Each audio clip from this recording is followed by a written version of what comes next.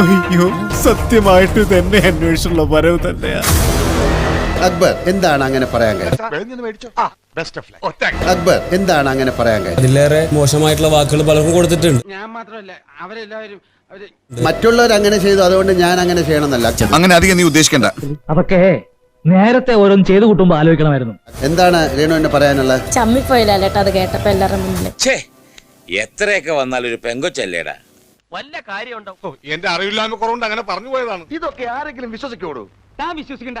എത്രയും പെട്ടെന്ന് ഇവിടുന്ന് ഇറങ്ങി തന്നാ മതി. അക്ബർ അടുത്ത പണി അക്ബറിന് കിട്ടും. അതിൽ അഞ്ഞൂറ എന്ത് തോന്നി പൂമ്പാറ്റാന്ന് വിളിച്ചപ്പോ? എനിക്ക് തോന്നി ഇപ്പോഴും കുട്ടികളി മാറിയിട്ടില്ല രണ്ടിന്. ഇതിലിപ്പോ കളിയാക്കാനൊന്നുമില്ല. ഞങ്ങൾ പെണ്ണുങ്ങൾ എങ്ങനെയൊക്കെയാ ഇല്ലേ വേണി?